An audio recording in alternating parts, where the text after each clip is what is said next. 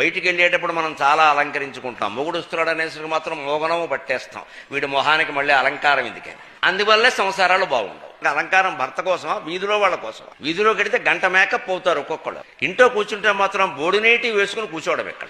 ఉదయం 9 అయినా సరే, మధ్యాహ్నం 2 అయినా సరే. ఇంట్లో ఉండేసరికి ఎందుకమ్మా వేషం పట్ల అశ్రద్ధ? మగవాళ్ళకైనా సరే, ఆడవాళ్ళకైనా సరే. మగాడైనా సరే ఇంట్లో ఉంటే శుభ్రంగా తెల్లటి పంచి ఎర్రంచు కట్టి శుభ్రంగా జబ్బలేని బనీని వేసేసి కింగ్ అన్నట్టుగా ఉండాలి కుర్చీలో కూర్చుని.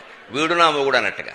ఏదో పేడమోహం వేసుకుని 10 రోజులు బట్టి వేసిన అదే బనీని మళ్ళీ మళ్ళీ వేసి చివికిపోయి చీకిపోయి వాసన కొట్టుకుంటూ ఒక గళ్ళలుంగి ఒకటి తొడిగి అది మళ్ళీ గుండ్రంగా కుట్టేసి మధ్యలో పైనుంచి కిందికి కింది నుంచి పైకి అదే తొడిగేసి ఇలా ఉంటే ఆడాళ్ళకి ఆకర్షణ ఏముంటుందండి? చూసుగా మొహం చూడు ఆమదం మొహం వాడంట.